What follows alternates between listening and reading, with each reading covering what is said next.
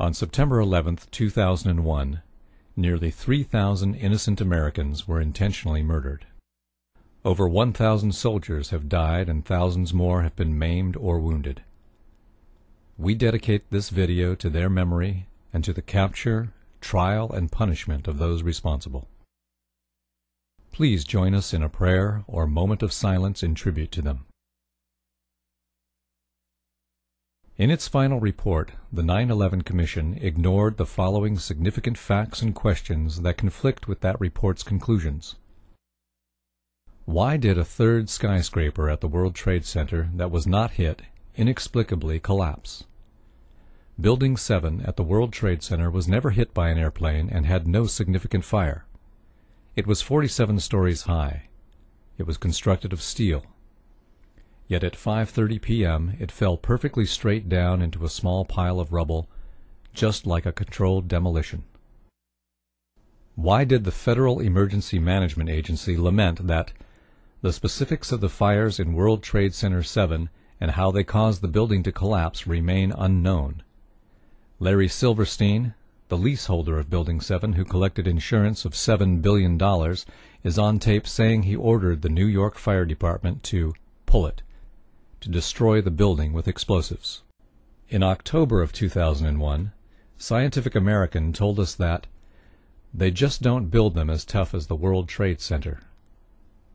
Considering that Meridian Plaza in Philadelphia burned fiercely for 19 hours yet never collapsed, how could the South Tower at the World Trade Center fall after burning less than 1 hour? How could the North Tower fall after burning only for 2? How could the jet fuel have caused the collapse when the Federal Emergency Management and other government agencies have stated that most of the jet fuel was gone in the initial fireball?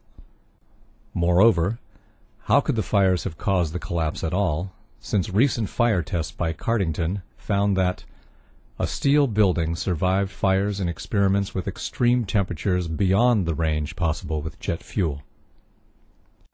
Since the black smoke coming from the buildings means that the fire was oxygen-starved and could not have reached its maximum temperature of 1800 degrees Fahrenheit, and steel melts at a much higher temperature of 2500 degrees Fahrenheit, nearly 700 degrees hotter than the maximum temperature of the fire, how could cleanup crews have found melted steel in the basements?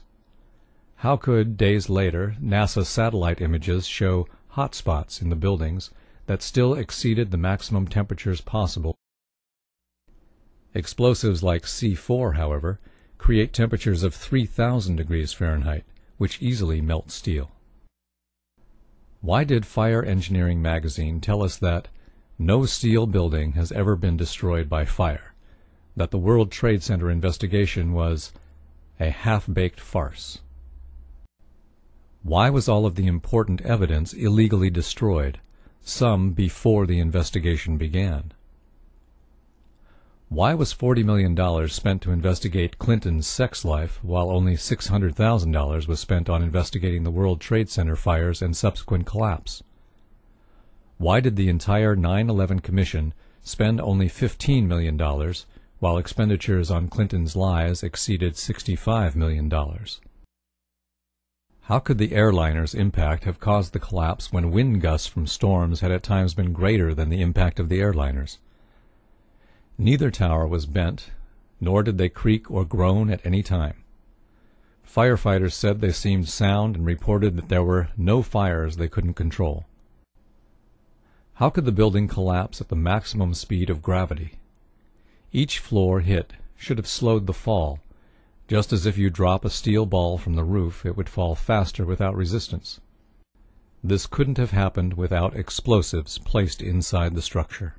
How could the concrete encased in a steel-framed pan with 2 layers of carpet over it, riveted inside columns of steel beams, welded together in a network with steel bands, be pulverized? How could steel beams and clouds of finely pulverized concrete come shooting out of the buildings at hundreds of miles an hour, traveling all the way to New Jersey? This is only possible with explosives. The buildings fell rapidly, according to the 9/11 Commission, because the bolts, rivets, and steel framework were weakened by the fire. If so, Then how could the concrete be pulverized and ejected at high speed, since the force to do that is greater than the force needed to shear the weakened steel, bolts, and rivets? How could the twin towers fall straight down when the damage and resulting fires were only to one corner, two sides? Only the tops of the twin towers should have fallen, and they should have fallen over, not straight down. In fact, the top of one tower did fall over onto Building 4, so there was no building weight to crush the floors below. So what caused the collapse of those floors?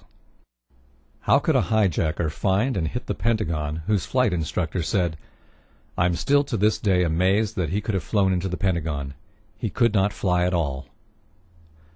How could a pilot this bad have the flight controllers comment, "The steep turn was so smooth, it's clear there was no fight for control going on"? The complex maneuver suggests the hijackers had better flying skills than many investigators first believed. Why did NORAD fail to stop the attackers 4 times on September 11, 2001? 3 times after they knew the planes were hijacked and intent on mass murder. How could this happen when NORAD had successfully intercepted off-course and suspected hijackings 67 times during the year prior to 9/11, according to the Associated Press on August 13, 2002? Why did Condoleezza Rice lie that the U.S. had no idea that terrorists would use hijacked airliners when Richard Cheney was commanding war games on 9/11, chasing phantom hijacked aircraft? Why were our Air Force planes diverted from intercepting the real hijacked airplanes? Isn't it too much of a coincidence that the 4 hijacked aircraft had only 20% of their seats filled, while all other transcontinental flights that day had 70 to 90% of their seats occupied? Why did the New York Times not publish the results of a Zogby poll which showed that 66% of New Yorkers want the 9/11 investigation reopened? This poll also found that 49% thought that VIPs in the government knew ahead of time and let it happen. Thus the final report does or will not answer many important questions and has many inaccuracies.